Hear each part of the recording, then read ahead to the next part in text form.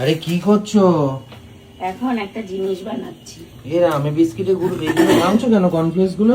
বিস্কিটের গুঁড়ো না, এটা কর্নফ্লেক্স। এতে কর্নফ্লেক্স ভাঙছো কেন রকম? কর্নফ্লেক্স দিয়ে এখন আমি এই দেখো এখানে হচ্ছে এটা কি বলতো, এটা হচ্ছে ভেটকি মাছ।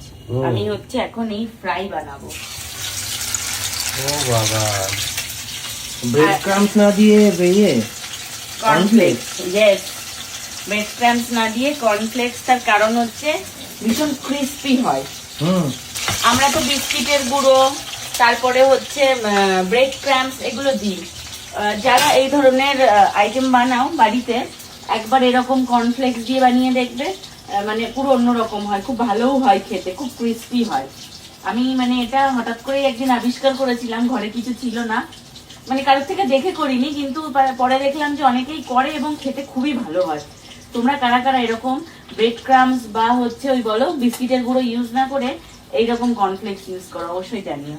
এই যে এটা কাল রাতে ম্যারিনেশন করে রেখেছিলাম, এটা একদিন অন্তত ম্যারিনেশন করে রাখতে হয়।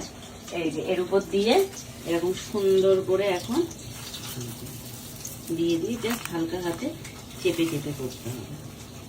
বাহ। খুব ভালো হয়, ক্রিস্পি হয় খুব।